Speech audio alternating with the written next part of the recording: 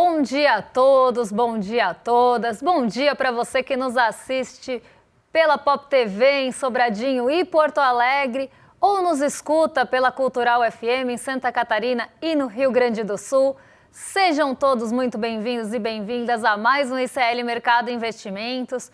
Hoje, quinta-feira, dia de conhecer o que mexe com o nosso bolso, porque a gente vai falar de dois assuntos, na verdade, que mexem com o nosso bolso. Saiu o IPCA 15, a prévia da inflação de setembro, e a gente vai entender o que está pressionando o bolso do brasileiro, o que está pesando, pelo menos nesse comecinho de mês, já que o IPCA 15 pega o finzinho do mês passado e o comecinho do mês de setembro. Então já dá para ter uma ideia, já dá para ter uma expectativa aí do que vem pela frente no IPCA final de setembro. E trago más notícias porque a gente tem a volta do choque da energia elétrica. Então eu vou explicar isso para vocês tintim por tintim, mas tem outro assunto que também mexe com o nosso bolso, que é a isenção de IR até R$5.000.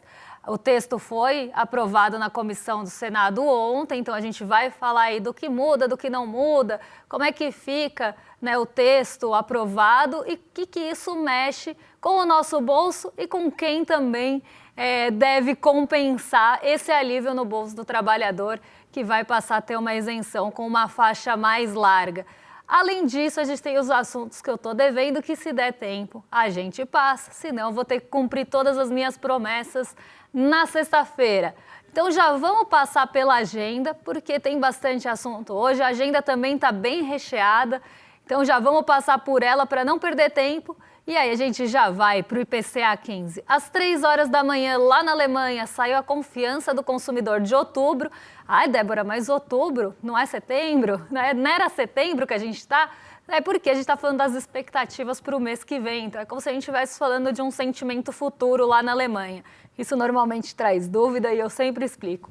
5 horas da manhã no Brasil tem IPC-FIP da terceira quadricemana. Ontem saiu da FGV, também da terceira quadricemana, e agora a medição é da FIP. Às 8 horas da manhã tem relatório de política monetária do BC, que trouxe inclusive algumas revisões do Banco Central para as estimativas dos indicadores macroeconômicos brasileiros. PIB é complicado, né? O PIB, inclusive, foi jogado aí para baixo, foi revisado para baixo, então esse também é um assunto que a gente traz amanhã para vocês. Às 8 horas no Brasil, saiu o INCCM de setembro, medição da FGV, e junto a isso, sondagem da construção. Ali é aquele sentimento, aquele índice de confiança da construção civil, agora no mês de setembro. Além disso, tem o IPCA 15, que saiu hoje às 9 horas da manhã, divulgação do IBGE, que eu já dei algum spoiler e falei que eu vou comentar com vocês. Mas não para por aí, porque tem mais indicadores na nossa agenda. Às 9h20, tem presidente do FED, do Banco Central dos Estados Unidos. Dessa vez quem fala é o presidente do FED de Chicago. Ele participa de uma conversa lá no Crane Power Breakfast. E a gente tem também, lá nos Estados Unidos, aqueles dados de bens duráveis e o índice de gastos com consumo e seu núcleo. Então, o Departamento do Comércio hoje divulga aquele PCI, o Índice de Gastos com Consumo Pessoal, que traz uma outra visão da inflação, traz também renda, traz alguns dados mais ligados aí ao consumo e é uma métrica que o FED, que é o Banco Central dos Estados Unidos, gosta muito de olhar. Ele não olha tanto trimestral, porque aqui é medida trimestral, mas ele gosta de olhar mensal que sai amanhã. Então, isso deve ficar bem no radar, porque é uma variável importante para a tomada de decisão do Banco Central e isso está muito no radar, isso está muito ali na centralidade da discussão, porque se tem muita incerteza em relação ao ritmo de cortes nos juros dos Estados Unidos. Além disso, tem os dados de pedido de auxílio-desemprego da semana até dia 20 de setembro, esse velho conhecido nosso, está sempre na agenda. Às 10 horas, chega a vez do John Williams, do presidente do FED de Nova York, em falar, participa de um evento institucional hoje. Na verdade, já participou, porque foi às 10. E às 11 horas, a agenda está tão grande que parece que 10 horas é tipo 5 da tarde. Às 11 horas da manhã, agorinha, quem fala é a Michelle Baumann. Michelle Baumann falou ontem e hoje fala de novo na conferência sobre a qualidade dos mercados financeiros. Outro dado que sai agorinha é vendas de moradias usadas lá nos Estados Unidos, medição final de agosto. Então, essa segunda parte da agenda está toda tomada pelos Estados Unidos, seja por conta do PCI trimestral ou dos dirigentes do Fed, está aí toda tomada pelo país do Laranjão. Agora, vamos seguir porque a gente tem mais um quadro de agenda para vocês. Às 2 horas da tarde é o Michael Barr, que participa de um evento em um instituto para discutir assuntos internacionais de economia. Ele também é diretor do Fed. 2h40 tem o presidente do Fed de Dallas, Lori Logan, participando de um evento distrital de Richmond. E, além disso, às 4 horas da manhã, tem decisão de política monetária no México. Então, vamos descobrir como é que fica a taxa de juros mexicana. 4 da tarde. O que eu falei? 4 da manhã, gente? Bom, é 4 da tarde, né? 16 horas. 16h30 é a Mary Daly que discursa no Western Banking Forum. Ela vai participar aí desse encontro, desse fórum, e ela é presidente do Fed de São Francisco. Além disso, a Assembleia Geral da ONU continua rolando durante o dia. Então, como vocês podem perceber, hoje vários dirigentes do Banco Central dos Estados Unidos vão participar de algum evento, de alguma conferência, de algum encontro de forma geral e vão falar.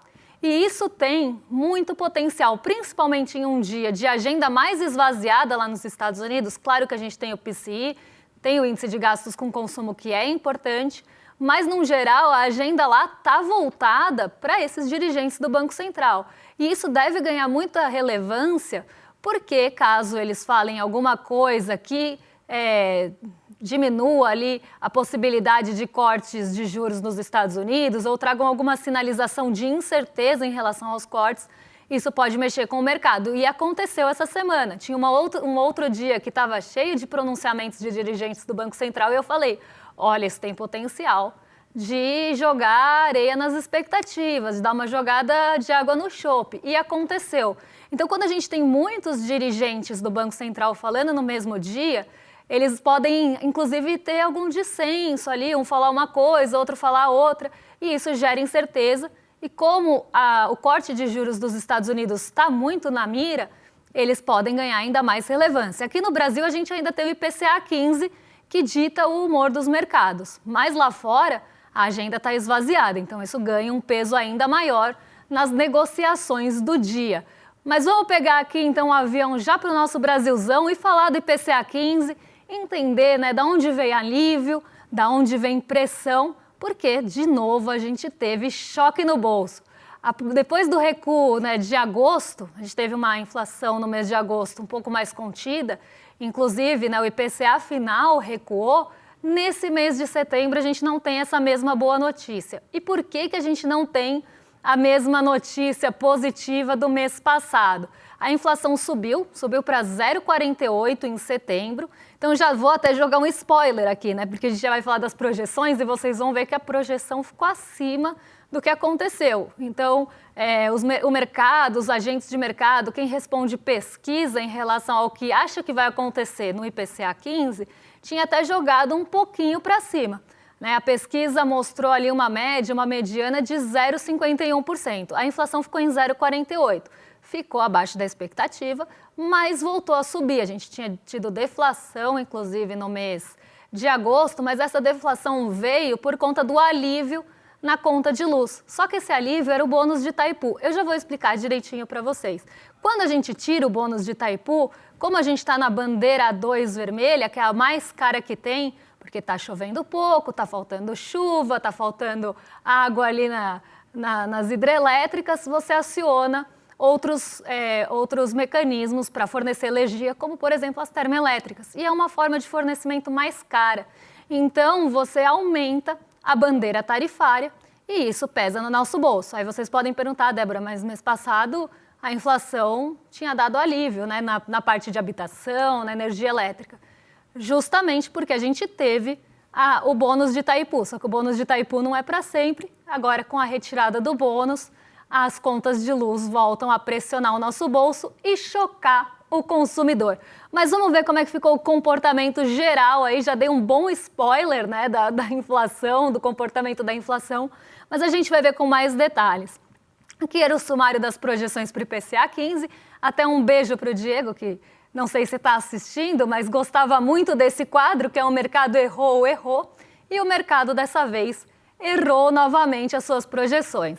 A mediana era 0,51, então na média e na mediana, as projeções do mercado financeiro ficavam ali em 0,51 e a expectativa é que a inflação em 12 meses fosse para 5,35.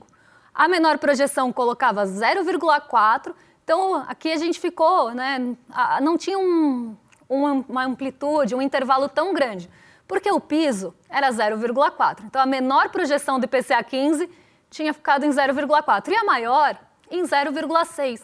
Então não foi aquele mês que a gente teve uma amplitude enorme, né, uma distância muito grande entre a mínima e a máxima e a média. A gente ficou num intervalo mais comprimidinho ali, né, um intervalo mais curtinho, de 0,4 e 0,6 e a média em 0,51. Foram 23 instituições que responderam à pesquisa e a gente tem ali 5 respondentes, né, que equivale a 21,7% dos respondentes, ali na faixa do 0,4 e 0,45. 3 respondentes ficaram entre 0,45 e meio. Então, se a gente pegar, né, bem dizer aqui, 3 respondentes chegaram mais perto do comportamento inflacionário do que o resto. Porque aqui 7 respondentes esperavam entre 0,5 e 0,55 e 34%, 8 respondentes entre 0,55 e 0,60. Então, a maior parte dos respondentes estava aqui, né, entre meio e 0,6, esperando um impacto inflacionário, uma inflação um pouco maior nesse mês. E os 3 respondentes ali ficaram, né, mais próximos da inflação realmente que aconteceu. Então, o mercado errou, né, os 3 acertaram, mas se a gente pensar aqui, 15 erraram, né? 15 mais 5 aí que também chegaram um pouquinho perto, dependendo, né? Se pôs 0,45, pode ter chegado de certa forma perto, mas quase 20 respondentes aí erraram suas projeções. Então, aqui um mercado jogando a inflação para cima e a gente sabe que isso tem 2 lados, né? Pode ser uma mexida com expectativas, então quando o mercado joga uma projeção para cima, ele está mexendo com expectativas de inflação e a gente sempre fala sobre isso no Focus, mas também pode trazer uma surpresa positiva, porque como eles esperavam uma inflação mais forte, agora como ela veio um pouquinho mais contida, isso pode trazer um alívio no dia, despressurizar um pouco as taxas de juros que ontem foram para as alturas, eu já vou explicar por quê, mas hoje a gente pode ter esse certo alívio vindo da surpresa positiva do IPCA. Então o mercado errou para cima aqui, como sempre. Mas vamos ver como é que ficou a inflação, então, depois desse 0,48 de variação, para onde vamos a inflação em 12 meses, como é que ela fica no ano, como é que ela tinha sido no mês passado. Lembrando que a gente não está falando do IPCA final, até porque o mês de setembro está no dia 25. A gente está falando do IPCA 15, que é a prévia da inflação. Ela pega os 15 últimos dias de agosto e os 15 primeiros dias de setembro. Então vamos ver aí como é que ficou essa variação do IPCA. Em setembro de 2025, esse mês então, 0,48. Mês passado a gente tinha tido deflação, justamente pelo alívio na energia elétrica, 0,14 de queda. No ano passado, então setembro de 24, tinha sido de 0,13 a inflação, então a gente vê um salto aí, né, entre os meses de setembro de um ano para outro. Então, tirando aí os eventos mais sazonais, que normalmente acabam acontecendo, né, a gente ainda tem uma inflação bem acelerada se a gente fosse comparar meses iguais de anos diferentes. E acumulado em 12 meses chega a 5,32, também abaixo das expectativas do mercado, que era 5,35, e acumulado do ano em 3,76. Agora eu vou trazer aquele gráfico, né, na verdade aquela tabelinha que eu gosto bastante, que é do impacto inflacionário, porque ajuda a gente a entender como é que é o impacto de cada grupo. Porque os grupos, eles têm pesos, né? Eu sempre falo que o IPCA é uma composição de pesos e medidas. Então, você não dá o mesmo peso para os grupos. O grupo habitação, ele tem um peso. O grupo alimentos tem um peso também maior. O grupo vestuários, ele tem um peso um pouco menor. Por quê? E mostra ali, né, tenta medir o quanto aquele grupo impacta no nosso orçamento, quanto aquele grupo impacta na vida das pessoas. Qual o peso que tem, por exemplo, a compra dos alimentos e as roupas, né? Quanto você compra de um e outro no mês? Então é isso que o grupo e os impactos tentam mostrar para a gente, que os pesos na medição do IPCA, que é um indicador macroeconômico, então não vamos cair na cilada de pensar, pô, mas a minha é diferente. Pode ser que a sua inflação, você perceba a inflação de forma diferente porque você tem um gasto maior do seu orçamento em alimentos, ou você tem um gasto maior do seu orçamento em energia, ou você tem um gasto maior do seu orçamento em boleto. Então isso, ou na parte de serviços, então isso muda também a percepção inflacionária e até por isso a inflação por extrato de renda é tão importante, porque dependendo da sua renda, os pesos também mudam. Quem tem rendas mais baixas gasta mais com alimentos. Quem tem rendas mais altas gasta com outros itens, inclusive considerados supérfluos. Mas vamos ver aqui como é que fica esse impacto por grupos, porque ele traz essa noção para a gente. Então, o grupo de alimentação e bebidas traz boa notícia nesse mês. A gente tem uma queda de 0,35 nos alimentos. Boa notícia para o brasileiro, porque acabei de falar, alimentos impactam mais menores rendas. Então, esse alívio, a gente está falando de comida na mesa dos brasileiros. Esse alívio ajuda aí principalmente a inflação para pessoas de menores rendas. A inflação passa a ter um impacto menor para essas pessoas. Então, a gente tem um impacto de 0,35, mas na conta final, depois de pesos e medidas, 0,08 de queda. A habitação, grande vilã desse mês do IPCA 15, sobe 3,31, 0,5% de impacto. Então, aqui, né, se a gente não tivesse tido o alívio dos alimentos e bebidas e dos transportes, a gente podia imaginar uma inflação muito mais alta, porque 0,5%, né, meio ponto percentual, na verdade, veio só da habitação. Ela contribuiu muito com a inflação nesse mês de setembro. E o grupo habitação tem a energia elétrica. Artigos de residência com uma queda de 0,16, mas um impacto zerado, né, não subiu e nem não jogou para cima nem para baixo a inflação final. O vestuário com alta de 0,97, mas como eu falei, vestuário tem um peso menor na composição do IPCA 15 e do IPCA normal. Então, o final, né? Normal é complicado. No IPCA final. Então, aqui, um impacto de 0,04 ponto.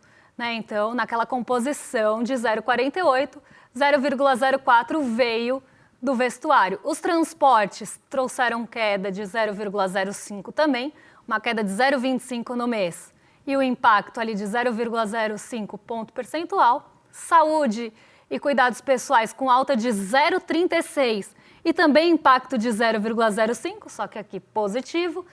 O grupo de despesas pessoais com alta de 0,20, com até o impacto aqui de 0,2 ponto percentual. E a gente tem aqui a comunicação em queda, só que com impacto zerado, assim como a educação. Então a gente vê que o grande fator de pressão veio da habitação, principalmente da energia elétrica, e os fatores de alívio da energia, pensando em combustíveis, pensando ali no grupo transportes e também do grupo de alimentos, o que é uma excelente notícia. Mas vamos entender então quais itens que contribuíram para isso, né? Quais itens contribuíram para essa queda. Vamos ver aqui rapidinho para poder passar para o assunto do IR. Então, o índice geral ficou em 0,48 e quem trouxe alívio aí foi o arroz, com queda de 2,91. O feijão também caiu, uma boa notícia. A batata, né, volta dos tubérculos, chegou ali a jogar a inflação para cima em alguns meses, mas agora cai de novo, 5,88 e já tem uma queda acumulada nos 12 meses. Pensando aí em 12 meses de variação, uma queda de 41%. O café, o nosso grande vilão, que pode voltar a ser vilão, por enquanto ele está naquele momento de transição, então ele não é vilão, mas também não é herói. Ele está com uma queda de 1,81, mas ainda sobe nos 12 meses quase 60%. E posso ser arauto de más notícias aqui, porque o café deve voltar a pressionar nosso bolso nos próximos meses. Hortaliças e verduras com o alívio do clima, né, algumas hortaliças, alguns itens mais perecíveis, como o tomate, inclusive, começam a ter uma trégua. E aí a gente tem essa queda de 1,86, mas no acumulado do ano ainda sobem 2,44. As frutas voltaram a subir um pouquinho no mês de setembro, né, entre agosto e setembro, vamos falar assim, mas estão com acumulado de 3,67. A carne continua aliviando o bolso do brasileiro mês a mês. Então, a carne está ficando um pouco mais barata no prato, mas considerando o acumulado dos 12 meses, ainda está com 21% de alta. Então, a alta ela só está diminuindo, mas ela ainda acontece no acumulado em 12 meses. O mesmo acontece com leites e derivados, aves e ovos que pressionaram aí o bolso do brasileiro, né, pressionaram o preço do prato também por bastante tempo. Caem 0,92 esse mês, mas ainda acumulam quase 10% de alta nos 12 meses. Então, assim, a gente tem boas notícias, a gente começa a ter alívio do preço de alguns alimentos importantes para o prato do brasileiro e que tem, né, essa trégua no preço, mas quando a gente olha os 12 meses, eles ainda estão com alta, porque eles subiram por muito tempo, subiram por meses consecutivos. E aí, agora, por mais que eles comecem a trazer alívio, quando a gente olha no acumulado, se pensarmos em relação ao ano passado, eles ainda estão mais caros do que estavam. Mas é uma boa notícia que eles comecem, pelo menos, a aliviar. E muito disso vem também de condições climáticas, né? A gente está com esse friozinho que acaba trazendo melhores condições para alguns itens que são mais perecíveis, que sofrem muito com o calor, com o transporte. Então, isso traz um alívio no preço. Mas, no acumulado, como a gente teve um momento muito ruim para esses preços, ainda não tem uma trégua tão grande, mas esperamos que continue assim para que esse acumulado diminua cada vez mais. Agora vamos ver na parte de energia como é que ficam esses itens em relação à inflação do mês e à inflação acumulada aqui. Porque o grande vilão, como eu falei, é a energia elétrica residencial, que sobe 12,17% esse mês e já tem um acumulado em 12 meses de 13,18%. Esse acumulado de 12 meses veio forte aí nesses últimos meses que a gente teve a mudança de bandeira tarifária. Então, a gente passou bom tempo, inclusive, com a energia elétrica um pouco deflacionada, ela estava andando para trás, mas agora, com as altas consecutivas que a gente teve, o acumulado já chega em 13,18%. Então, aqui, né, o maior vilão e o maior contribuinte para a inflação desse mês de setembro, né, para essa prévia da inflação, é a energia elétrica, sem dúvida. É o que mais pressionou o nosso bolso aqui, com o fim do bônus que eu já expliquei. A gasolina caiu, também uma boa notícia aqui, 0,13. O acumulado nos 12 meses está em 1,67. Então, boa notícia aí, vinda dos combustíveis. O etanol subiu um pouco, mas nada que leve o acumulado para um patamar alto. Pode ver que ele está abaixo, inclusive, da média da inflação dos 12 meses, em 2,63. E o óleo diesel, apesar da alta também, né, está com 1,39 de alta acumulada. O óleo diesel ele é um pouco mais complicado que a gasolina e o etanol, porque altas recorrentes do diesel, que não é o caso aqui por enquanto, mas pode vir a ser, então vou explicar, altas recorrentes do diesel encarecem os fretes, porque a gente tem uma malha rodoviária muito grande, né, uma malha de estradas e uma dependência desse transporte rodoviário muito grande. E isso tem ligação com o diesel. Você usa o diesel para abastecer caminhões, por exemplo, e o que encarece o frete. Se você encarece o frete, você encarece a cadeia de outros suprimentos.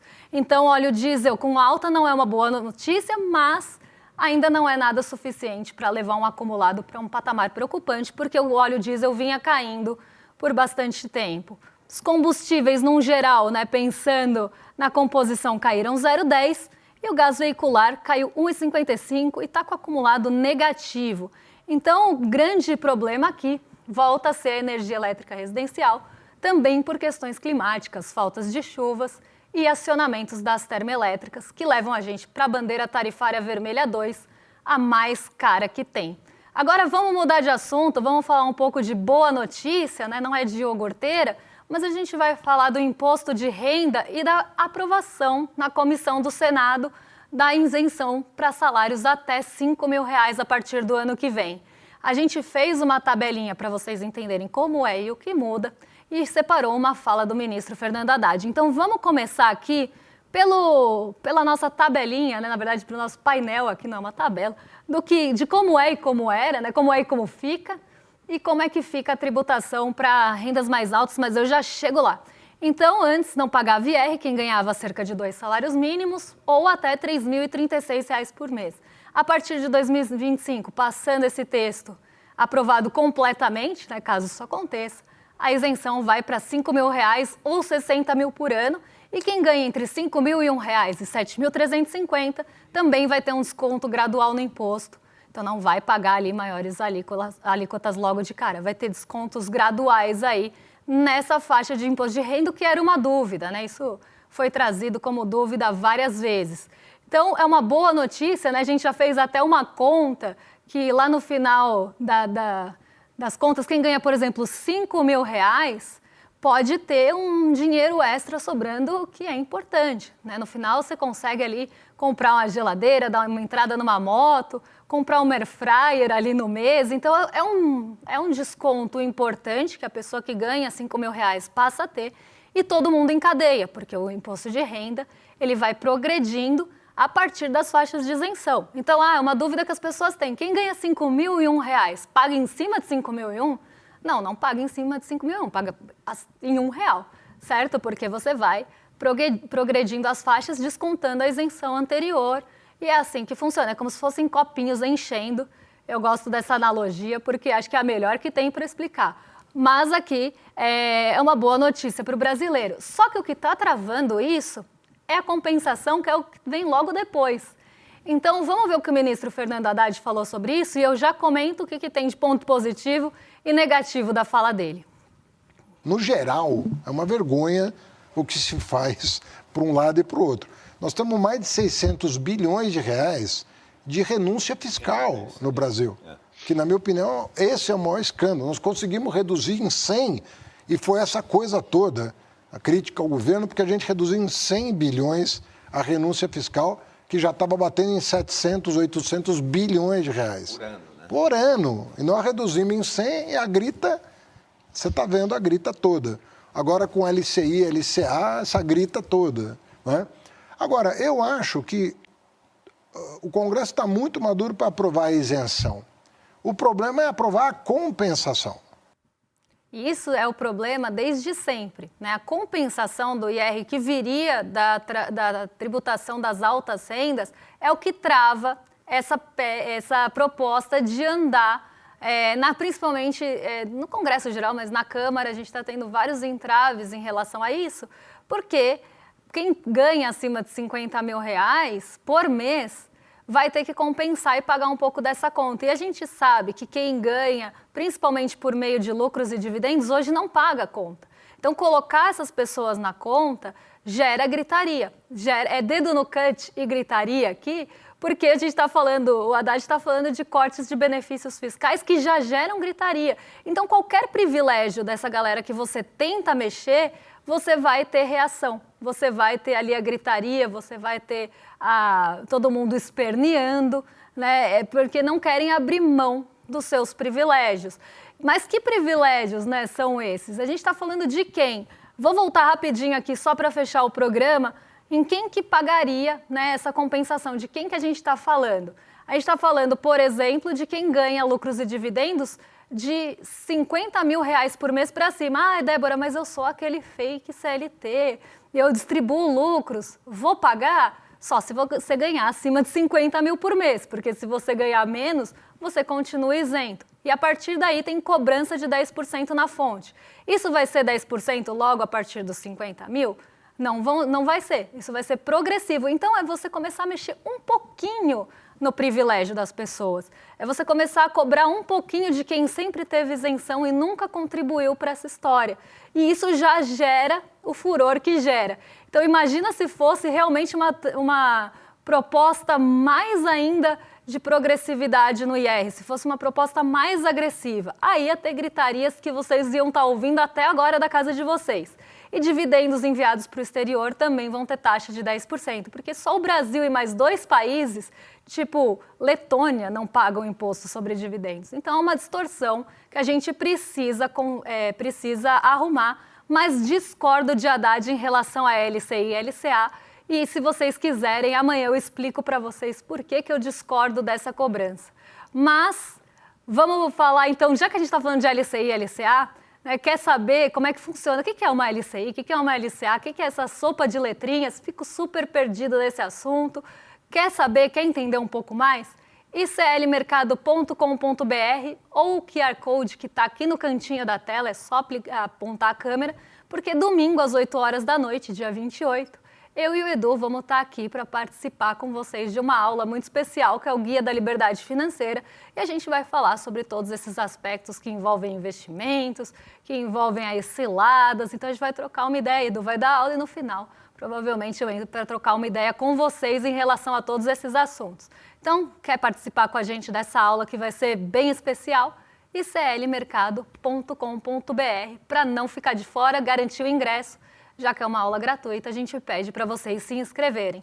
E agora, jogo para os vizinhos de cima, eu ia falar William De Luca. O William De Luca está de férias, então não é o William De Luca hoje é trio, hoje é aquele trio que a gente adora, Roberta Garcia, Guga Noblar e Sarazara já estão a postos para receber vocês.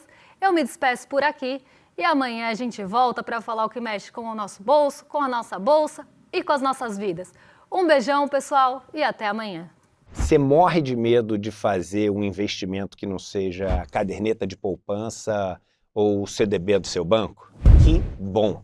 Que bom, claro, porque o medo é uma coisa que protege a gente. E enquanto você não adquirir o conhecimento que você precisa ter, fique com o teu medo, para não cair em nenhuma dessas roubadas que estão o tempo inteiro sendo oferecidas na internet. O que eu venho te dar hoje é um presente.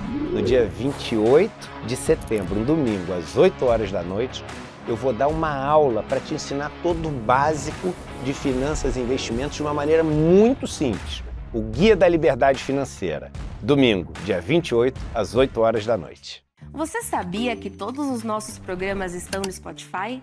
A notícia não pode parar e agora você pode acompanhar todos os nossos programas onde e quando quiser. Siga nossos canais no Spotify e tenha acesso ao Chico Pinheiro Entrevista, Desperta ICL, Rolê e muito mais.